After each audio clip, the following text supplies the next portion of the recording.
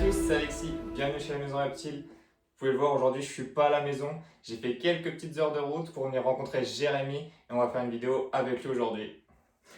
Bonjour, merci d'être venu. Du coup, moi, c'est Jérémy.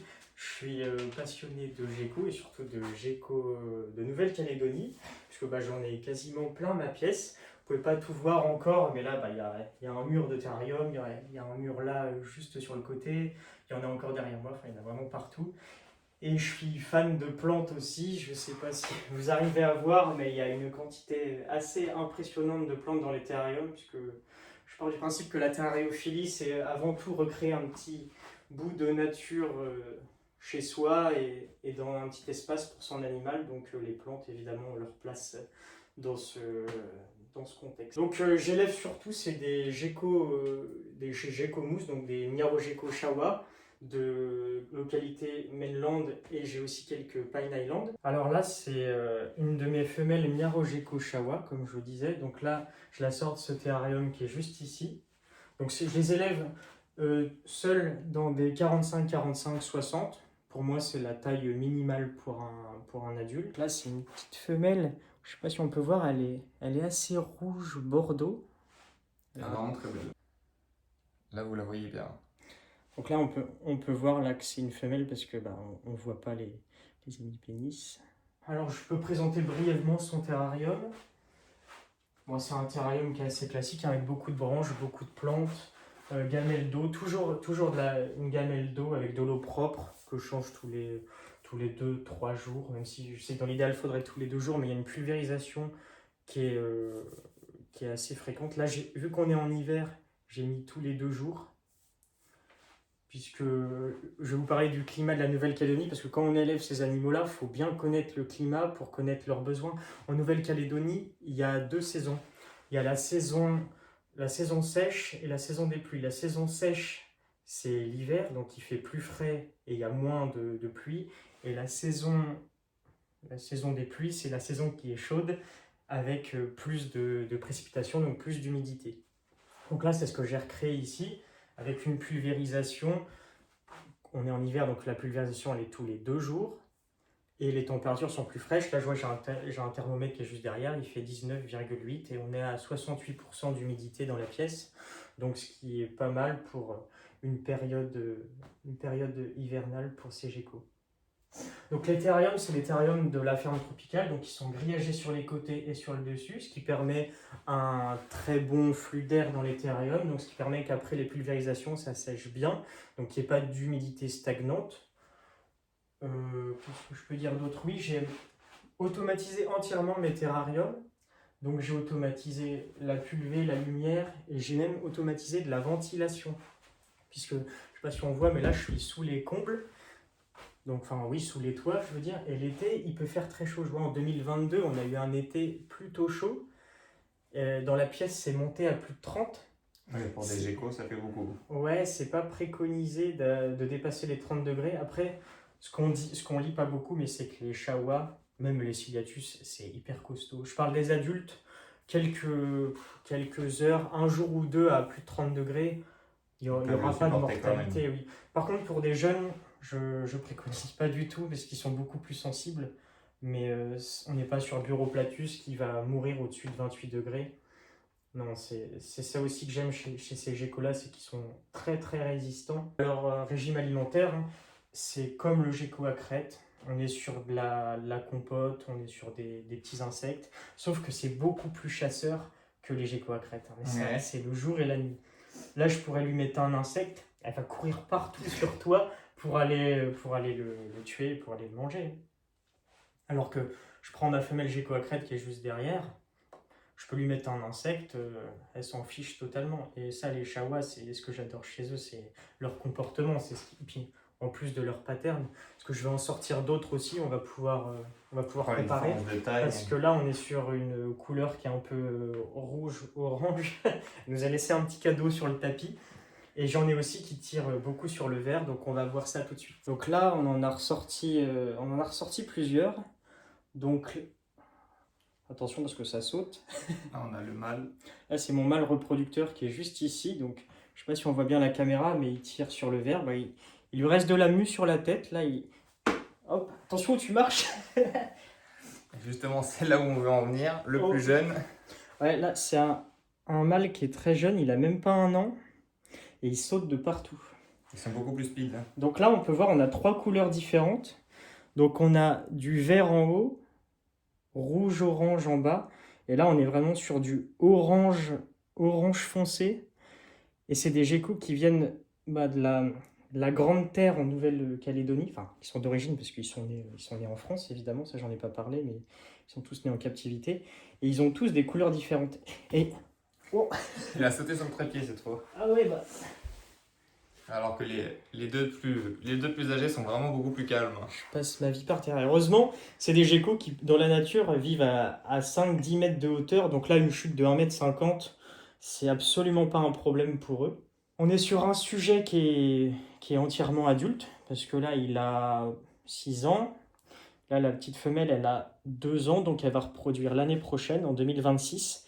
Les geckos se reproduisent à partir de 3 ans chez les femelles, et 2 ans et demi, même 3 ans, c'est mieux chez les mâles. De toute façon, plus on attend, mieux c'est. Ah ouais, voilà. non. Je crois qu'il passe plus de temps par terre que sur nos mains.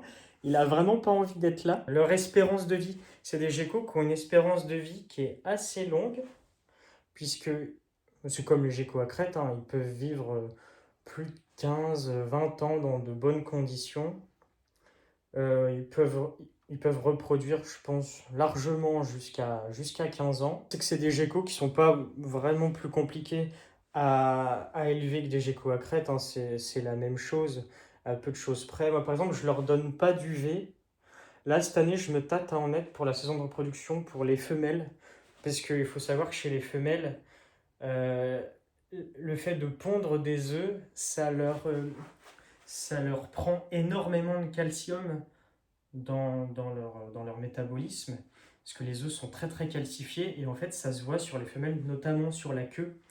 Les femelles ont une queue en zigzag quand elles manquent de calcium, et c'est pour ça qu'il ne faut vraiment pas hésiter à leur mettre des insectes et bien complémenter en calcium. Et moi je fais de la D3, mais là cette année je vais essayer UV et calcium classique, voir si ça se passe mieux.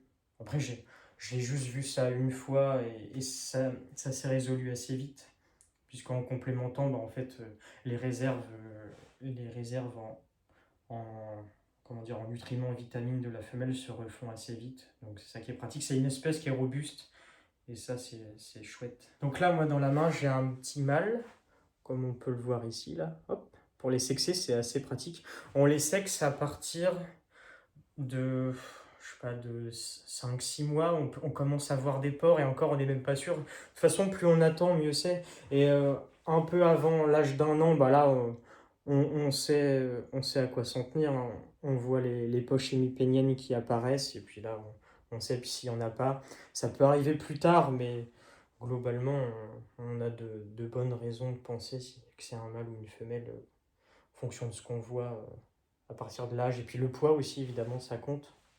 Moi, je pèse pas mes geckos. Je le fais en fonction de l'œil. On voit s'ils sont en bonne santé ou pas. Bon, ils sont pas amaigris. Non, ils mangent bien. Et pourtant, je les nourris pas beaucoup. Là, on est en hiver, je les nourris tous les 10 jours. Ah ouais. Ouais, je les nourris vraiment pas beaucoup. Dans ma pièce, il fait assez frais. Donc, évidemment, c'est des reptiles. Donc, le métabolisme est scalé sur la température. Il est beaucoup plus lent. Oui, bah... Par contre, en été, ça bouffe. Parce qu'en été, quand il fait 28 ici, là, je nourris beaucoup plus. Hein. Tous les 2 jours, je pourrais leur mettre une bolée d'insectes. Elle partirait. Donc voilà, magnifique espèce. Et qui est vraiment pas courante, et à tort, puisque c'est pas compliqué à élever. Mais par contre, c'est la reproduction qui est un peu chiante. Et même l'incubation des œufs, c'est pas évident, puisque c'est pas comme les geckos à crête. On prend des geckos à crête, une femelle, elle va pondre tous les mois, elle va pondre 2 œufs, ça va nous faire plein de petits. C'est assez prolifique. Les chawas, c'est pas du tout le cas. Moi, je vois là, cette année, j'ai eu une ponte en avril, une ponte en juin, et une ponte ratée au mois d'août. Mais globalement, on n'est pas à plus de 3 voire 4 pontes par an. Et après, dans les pontes, comme je vous ai dit, c'est des œufs qui sont très calcifiés, donc les œufs n'arrivent pas toujours jusqu'à la fin, puisqu'il faut que le petit arrive à percer l'œuf. Hop là! Oui, bah oui, ça saute beaucoup. Toi aussi, tu te mets à sauter. Donc comme je disais, les œufs sont très calcifiés, donc le pourcentage de réussite, il est pas à 100%, parce que même après, quand le petit il va sortir, c'est pas arrivé qu'il y ait de la perte. Moi, je n'ai pas encore eu ça, j'ai bien réussi à les démarrer. On va regarder des petits après. Mais ouais, c'est mon espèce préférée et de loin, parce que ça, ils ont un comportement qui est dingue, ils ont un mimétisme qui est magnifique, qui est différent d'un spécimen à l'autre. Ah bah, on peut le voir là. On va mettre les trois peut-être. Les trois sont quand même bien différents. Et encore, ils sont pas très beaux. À la caméra, je trouve que ça rend pas très bien. Bon, ça c'est toujours avec tous tous les reptiles, dès que je les filme, on n'a jamais le même rendu qu'en vrai. Faut toujours les voir en vrai pour vraiment pouvoir apprécier la beauté qu'ils ont. Ouais.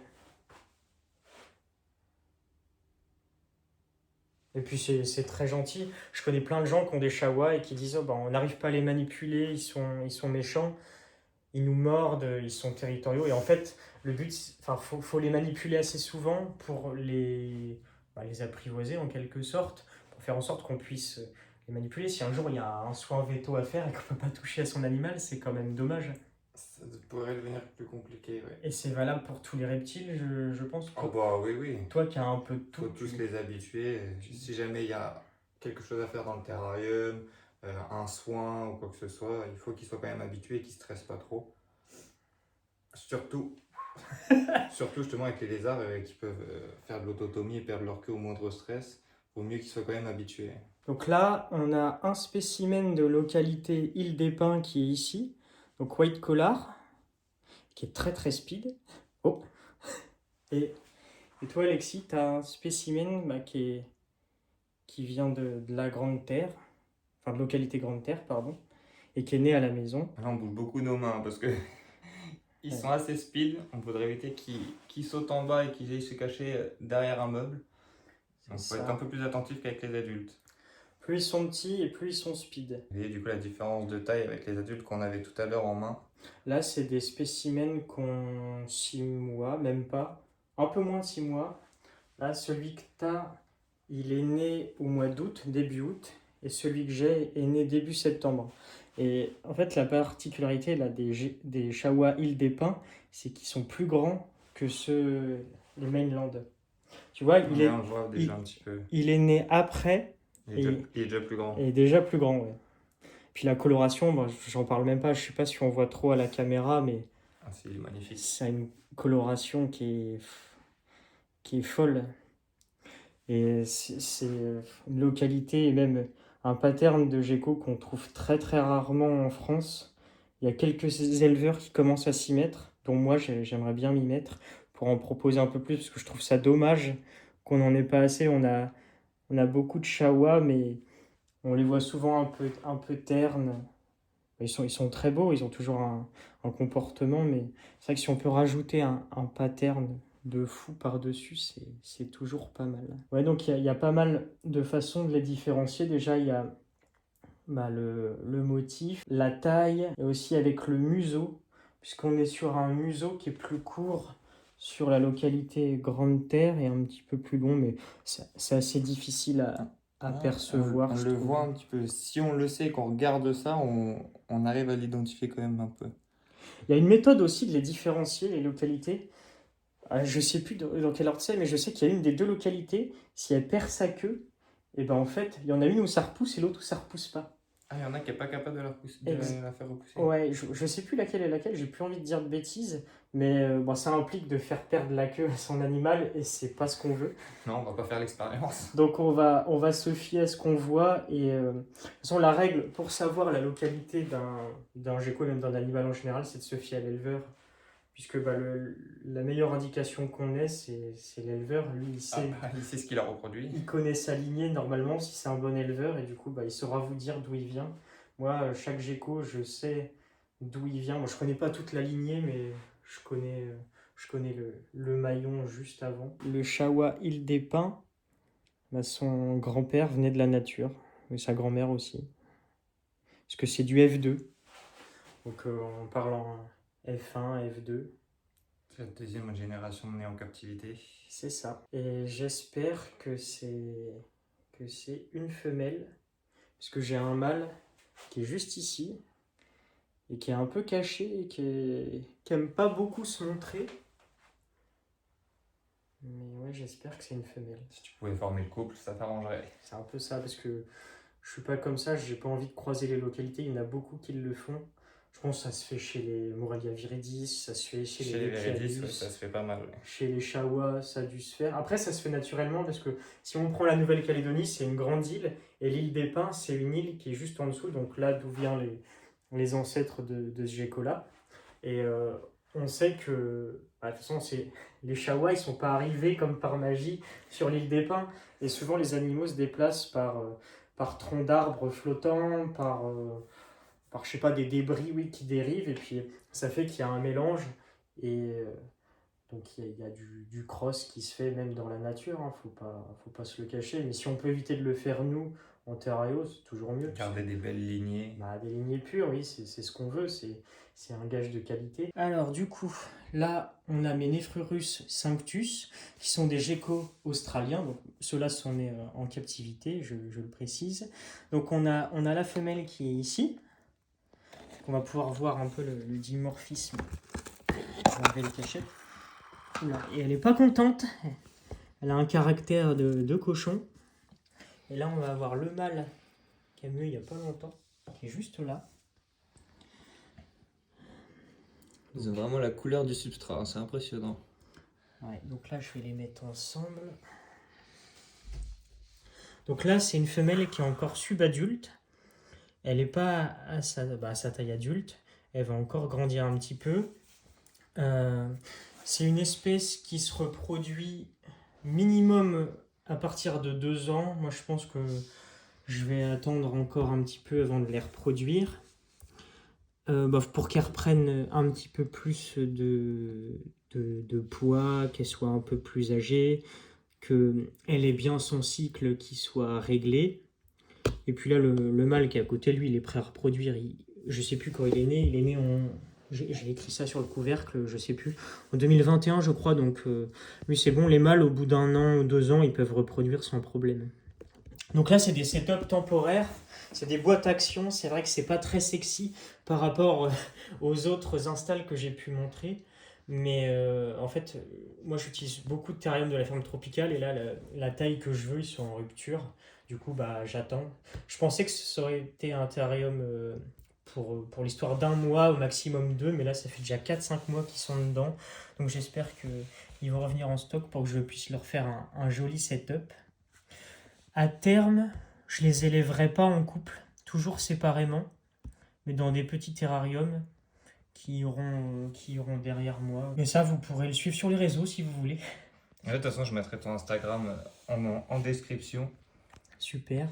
Donc, je vais revenir sur la présentation des Nephrurus, parce que c'est une espèce qu'on ne voit pas souvent, et je trouve ça dommage parce que c'est assez facile à élever, mais faut pas faire d'erreurs dans le sens, c'est à peu près les mêmes erreurs que le gecko léopard, je pense. Déjà, moi, j'en ai perdu 1 ou 2 des Nephrurus, puisque j'ai commis l'erreur de les mettre sur du sable, et ça, je le referai jamais, parce que j'ai une femelle qui est morte d'occlusion intestinale, parce qu'elle a mangé du sable, et ça lui a fait un bouchon, elle est morte. Et ça, c'est largement valable pour le gecko léopard, voire même plein d'autres geckos. Ouais, c'est quelque chose qu'on parle souvent, justement, le sable à bannir au maximum pour les reptiles. Ouais. Sinon, occlusion. J'ai écouté des vidéos de youtubeurs, j'aurais pas dû. Je sais pas ce qu'elle veut là, la femelle, on dirait qu'elle veut l'attaquer. C'est une femelle qui a un caractère vraiment bien trempé. Ouais, voilà. Oh là là. Et lui, il est gentil en plus.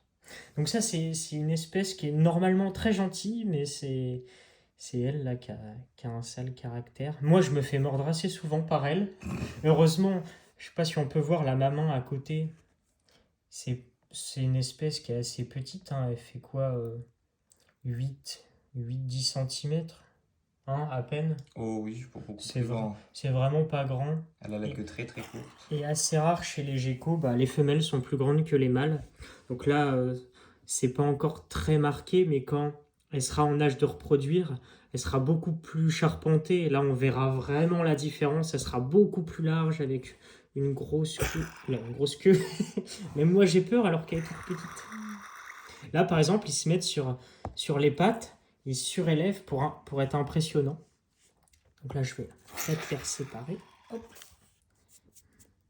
On peut se dire, oh, ils sont mignons, ils sont, ils sont inoffensifs, mais faut pas les embêter. Hein. Moi, j'aime bien parce que c'est facile à élever, comme je disais. C'est facile à nourrir. Faut... sur de l'insecte là. Ouais, bah oui, c'est beaucoup d'insectes. Donc après, oui, bah c'est des setups provisoires, donc c'est pas les plus beaux, mais en tout cas, c'est très fonctionnel et faut pas plus petit pour ce genre de gecko, ça c'est sûr. Ça bouge pas beaucoup. Je vois, j'ai utilisé bah, des cachettes, là, des soucoupes plastiques assez simples, et ça suffit parce qu'en fait, bah, ça grimpe pas beaucoup, mais je les vois souvent dessus, du coup, ça double un peu la surface, l'exploration. Oh là là, elle est pas contente, elle est pas contente. Elle est vraiment sur ses 4 pattes là.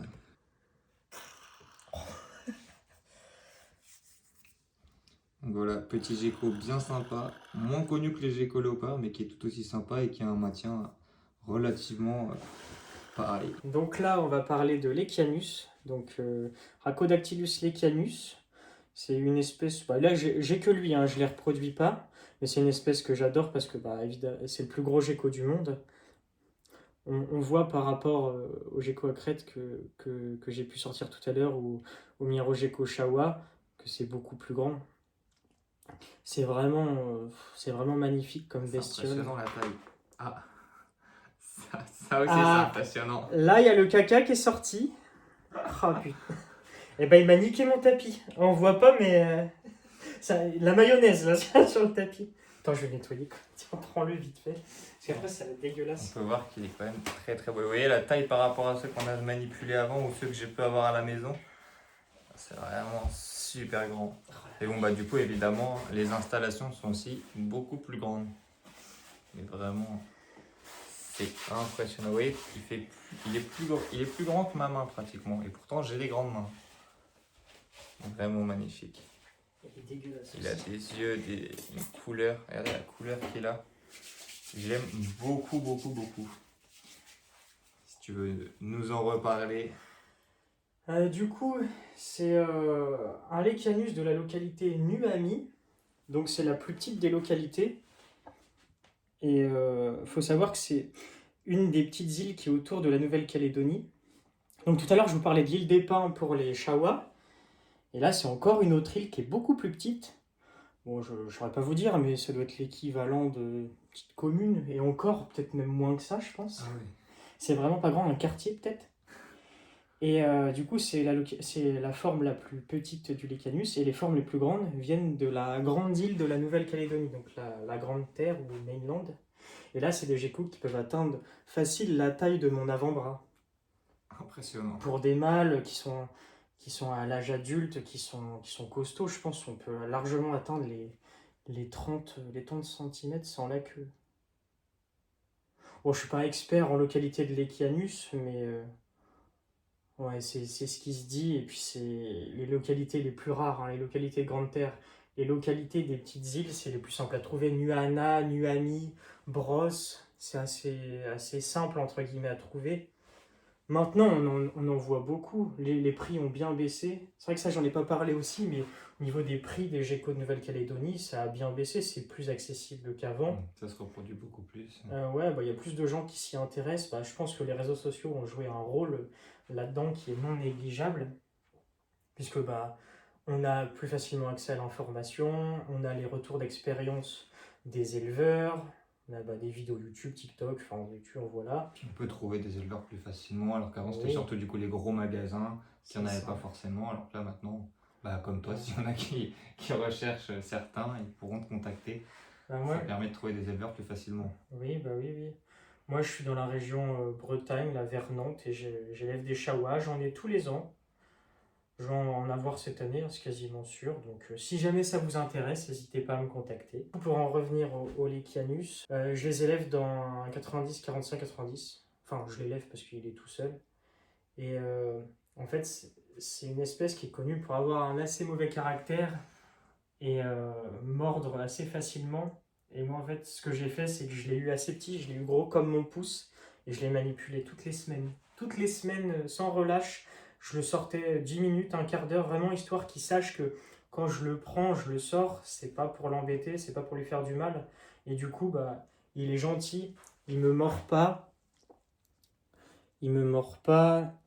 Ouais, il me fait caca dessus, là, comme, comme on a pu le voir, là, il fait caca facilement, mais il est très gentil. J'ai fait une bourse, là, en tant qu'exposant, il y a quelques mois. Il y a, je sais pas, peut-être 20 personnes qui l'ont manipulé. Bon, c'est vrai que ça faisait beaucoup, mais il a été gentil avec tout le monde, il n'a pas mordu, il a pas essayé de se barrer, et ça, c'est aussi le fruit de l'apprivoisement, de la manipulation.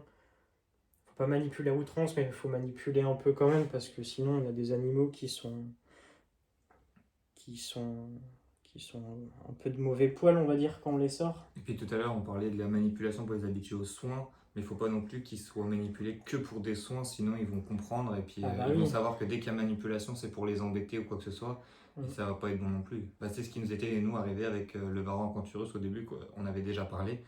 À la Canturus, à un moment, dès qu'on le sortait, c'était pour le soigner. Ah bah après, il comprenait, hein, il voulait plus sortir, il voulait plus se laisser manipuler. Donc on l'a retravaillé petit à petit. Oui. Et ouais, il faut vraiment les manipuler, que ce soit pour les soins et à côté pour les habituer. Il y a aussi un truc que j'ai jamais lu, jamais vu personne en parler, c'est la température des mains. Moi je trouve, enfin, quand j'ai les mains qui sont un peu chaudes, parce que là je parle, on est en hiver, un peu chaudes, où je viens de me passer les mains sous l'eau chaude, ils sont beaucoup plus faciles à manipuler. Parce Ah que ouais. dans ma pièce, il fait assez frais, il fait entre 18 et 20 l'hiver, on va dire. Ce qui est très bien pour les geckos de Nouvelle-Calédonie. Et du coup, quand j'ai les mains un peu chaudes et que je viens les manipuler, bah, ça se passe beaucoup mieux, j'ai moins de réactions. Ils captent la chaleur et du coup, ils veulent s'y coller pour se Ouais, thermoréguler. ils sentent. Après, ils se thermorégulent pas, c'est des geckos qui sont thermoconformistes. Ok. Donc en fait, ils vont pas chercher le point chaud. À part dans de rares des exceptions, je pense aux chawas, notamment aux femelles, quand elles commencent à produire des œufs avant la ponte, elles se mettent sous les lampes chauffantes, là, juste en dessous, parce que je mets des branches juste en dessous pour que, en fait, elles captent un peu mieux la chaleur et ça les aide à développer les œufs. D'ailleurs, c'est préconisé de mettre des lampes chauffantes pour les femelles, pour les aider encore plus à produire, mais moi ça va, j'ai des LED et ça chauffe pas mal, donc ça fait office de petites lampes chauffantes, ça fait un petit point chaud. Mais sinon, les geckos de Nouvelle-Calédonie ne se thermorégulent pas comme un varan peut le faire, comme un Felsuma peut le faire, ou plein d'autres reptiles. C'est aussi une des raisons pour lesquelles moi j'ai choisi cette espèce, c'est qu'il coûte pas cher en énergie, il coûte pas cher en nourriture, puisque bah, lui aussi c'est pareil, hein, il mange que de la compote, je lui propose des insectes, il les mange pas du Ah tout. ouais, non, pas. Alors que de la compote, il saute dessus et comme on voit, il se porte bien. Il est hein, bien portant. Ouais. il est... et pourtant, je les nourris tous les 10 jours, voire même des fois toutes les 2 semaines. hein. Et c'est pas pour autant qu'ils sont en mauvaise santé, mais je vais pas. Je l'ai fait au début, proposer de la nourriture à volonté pour me dire, bah, faut quand même qu'ils mangent. Et en fait, je voyais que ça partait pas, et au final, je me suis calqué sur leur rythme. Et oui, j'ai pas l'impression qu'ils sont en mauvaise santé. Dans la nature, ils mangent pas tous les jours de toute façon. Et en Bah, captivité, vaut mieux pas les rendre obèses, hein. Ça, c'est ce qu'on parle souvent aussi. bah, l'obésité, c'est comme chez les humains, hein. C'est pas bon, ouais, ça peut leur donner des problèmes de santé, ça diminue aussi leur l'espérance de vie aussi. l'espérance de vie, Puis la la fertilité. fertilité, plein de choses comme ça. Donc du coup, je vais vous parler un petit peu des terrariums en eux-mêmes. Donc là, on est sur des 60, 45, 60 qui sont bioactifs, plantés. Donc c'est des terrariums de la marque La Ferme Tropicale. Je les ai entièrement automatisés. Donc j'ai automatisé l'arrosage, j'ai automatisé la lumière et aussi la ventilation. Donc la ventilation, c'est pour la chaleur l'été. En fait, j'ai des capteurs de température dans la pièce. Vu que j'élève que des animaux de Nouvelle-Calédonie, bah, ils vivent tous dans les mêmes conditions de température et d'humidité, à peu de choses près, parce qu'il y a forcément des nuances. Mais du coup, j'ai automatisé ça. Donc les lumières, c'est des lampes LED Arcadia, donc qui font lever de soleil et coucher de soleil. Et ce qui est bien, c'est que bah, quand on a le coucher de soleil, bah, je les vois tous de sortie parce que c'est des geckos nocturnes.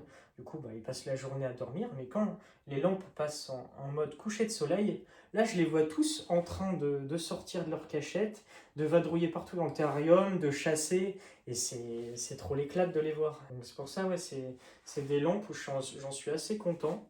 Et en plus, le spectre est top pour les plantes. Je sais pas si vous arrivez à voir, mais enfin, Alexis vous montrera sur des plans. Mais les plantes se développent assez bien. J'ai une règle dans mes terrariums. Quand je les conçois, je mets toujours un fond en liège. Ça me permet d'avoir un support d'accroche pour les plantes. Ça me permet de... Des fois, je colle des tillandsias, je cale les branches dessus. Ça fait une texture aussi, même pour les geckos. Ça fait de l'enrichissement parce que c'est une texture qu'ils ne connaissent pas forcément. Je mets des branches qui viennent de mon jardin dans les terrariums. Je les passe pas au four, je les passe pas à la javel. J'ai jamais eu de problème. Du coup, je vois pas l'intérêt de payer 80 € dans une racine qui est un peu jolie. Quand je vois le nombre de terrariums que j'ai, je vous laisse imaginer le prix que ça me coûterait si je faisais ça. Et aussi au niveau des plantes, je mets toujours des plantes pour chaque couche, enfin chaque on va dire, espace dans le terrarium. Je mets une plante de sol, donc là, je sais pas si on voit très bien, mais c'est la Ginella insignata. Donc c'est des plantes qui sont tapissantes, qui font un bel effet bleu-vert que j'aime beaucoup et ça pousse bien dans les terrariums globalement. Avec, avec l'arrosage que je fais là pour les geckos calédoniens, donc 3 fois par semaine, ça pousse nickel. De temps en temps, je fais une grosse vapo, une fois par semaine. Allez, je fais une grosse vapo pour être sûr que toutes les plantes soient bien arrosées. Mais sinon, oui, j'ai pas besoin d'arroser comme un forçat parce que les parois sont grillagées, donc oui, ça sèche plus vite. Mais en attendant, je suis dans une pièce qui est fermée, donc l'humidité reste un petit peu. Des fois, j'ai un peu trop d'humidité, mais j'arrive à bien gérer grâce à l'automatisation. Donc oui, j'ai mis, bah, c'est la Ginella, j'ai mis aussi beaucoup de fougères, parce que bah, j'aime bien ça. Je mets des Tillandsia un peu partout, je les colle à la super glue et ça tient bien, ça fait un joli rendu.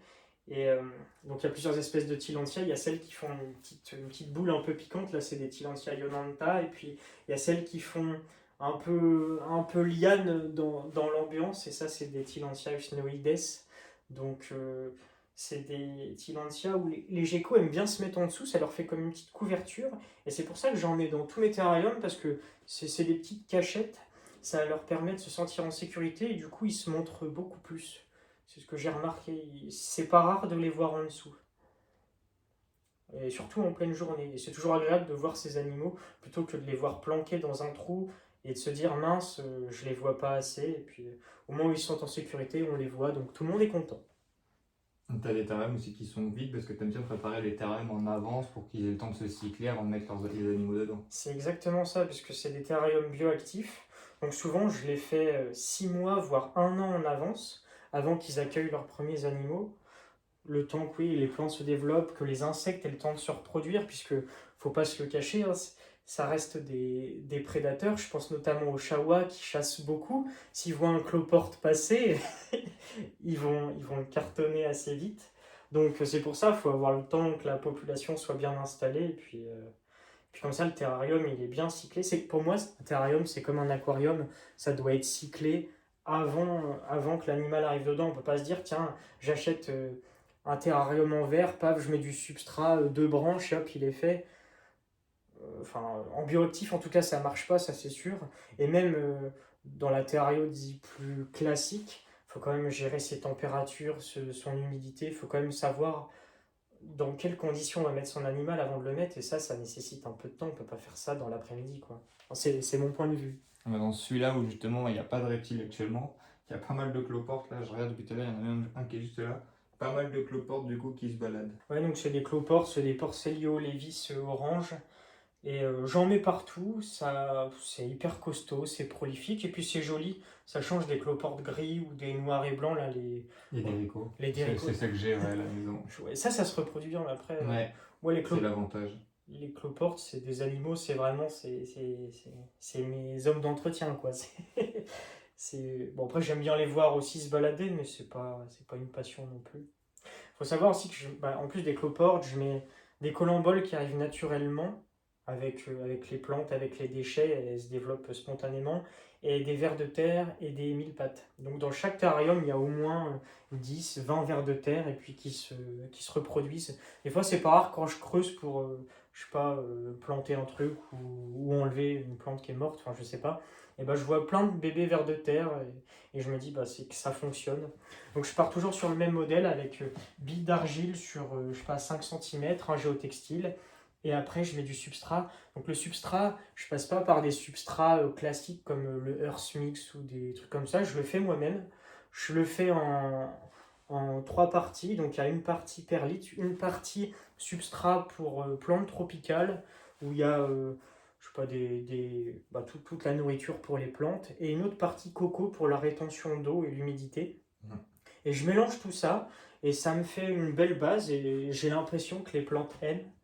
Après, il y a forcément un peu de casse, parce que des fois, il y a des plantes, elles n'ont pas été plantées au bon endroit, elles n'ont pas la bonne lumière, elles n'ont pas assez d'eau par rapport à leurs besoins, donc ça arrive qu'il y ait des pertes, c'est normal. Mais globalement, j'ai un bon taux de réussite, je trouve, et j'ai un beau rendu. Et je pense que les animaux sont heureux dedans. Puis quand tu rentres dans la pièce avec tous les terras, c'est quand même vachement beau. Plein de terres à planter, de la belle lumière, des belles plantes. Et là, je suis en train de tester, c'est un nouveau style de terrarium, puisque j'ai investi là dans des terrariums de 90-45 par 60 de haut. Je mets toujours 60 de haut parce que ma pièce est très basse de plafond, du coup je peux pas avoir des hauteurs plus grandes que ça. Je sais que le minimum c'est 60, je suis dedans, mais si je pouvais, je leur mettrais plus. Mais je peux pas mettre 2 terrariums de 90 de haut, hélas, mais j'aurais bien aimé. L'avantage d'être dans des pièces avec des murs comme ça. Et du coup, j'essaye de blinder en déco, plutôt que d'avoir un grand terrarium qui soit vide. Je préfère un terrarium peut-être un peu plus petit, mais qui soit bien décoré. Et du coup, ce que je disais, oui, c'est que je suis en train de tester des nouveaux types de terrarium. Donc, je sais pas si on peut voir, mais c'est des terrariums avec des tubes en liège. Parce que j'ai eu des conseils d'un éleveur qui me disait qu'apparemment, c'était bien pour les femelles, ça aidait à la reproduction des chawas. Du coup, je vais tester ça. Donc, Alexis vous mettra des plans. Mais ça n'empêche pas d'avoir quand même des beaux terrariums avec des tillandsias, parce que j'adore ça, j'en mets partout. Vous allez en voir une quantité hallucinante. Et je vais tester ça là dans l'année 2025 et voir si ça marche bien. Et puis si ça marche bien, je déploierai, je pense, sur tous les autres terrariums. On verra. De toute façon, les terrariums, la déco, on la change de temps en temps. Moi, des fois, je vois une plante qui va pas, je l'enlève. Je dis, tiens, je vais remettre une branche là, je remets ça. C'est toujours en modification, en évolution. Bah oui. Bon, après, je fais pas tous les jours non plus, mais je sais pas, une fois dans l'année, des fois, je fais, tiens, je vais changer un peu la dispo, et puis, parce que ça me plaisait pas, et puis au final, je préfère le rendu que je viens d'avoir, et puis même au niveau de l'animal, ça lui fait un enrichissement aussi, puisque ça lui change son environnement. Donc au début, oui, il y a un peu d'adaptation, mais après, je pense que ça aide aussi à le stimuler. Donc voilà, on a fini cette petite visite. J'ai pas beaucoup parlé, c'est beaucoup Jérémy qui a parlé. Il a parlé de ce qu'il connaissait, de ce qu'il maîtrisait, donc c'est top. Moi j'étais surtout là en spectateur comme vous. Moi j'ai bien adoré, donc j'espère que vous aussi dans la vidéo vous aurez bien adoré, que vous aurez découvert plusieurs espèces que vous connaissez pas forcément. Il y en a certaines que j'ai à la maison, il y en a d'autres que je n'ai pas à la maison, donc c'est l'avantage de pouvoir vous présenter aussi des espèces que je ne maintiens pas et que d'autres personnes maintiennent. Comme il disait, il va y avoir de la reproduction cette année, donc si jamais ça vous intéresse, n'hésitez pas, de toute façon je vais mettre ces liens dans la description. Et puis si tu as un petit mot de fin, vas-y. Hein. Alors, un petit mot, juste plantez vos terrariums et voilà. Faites des terrariums plantés, bioactifs, il n'y a rien de mieux. Allez, à la prochaine. Salut.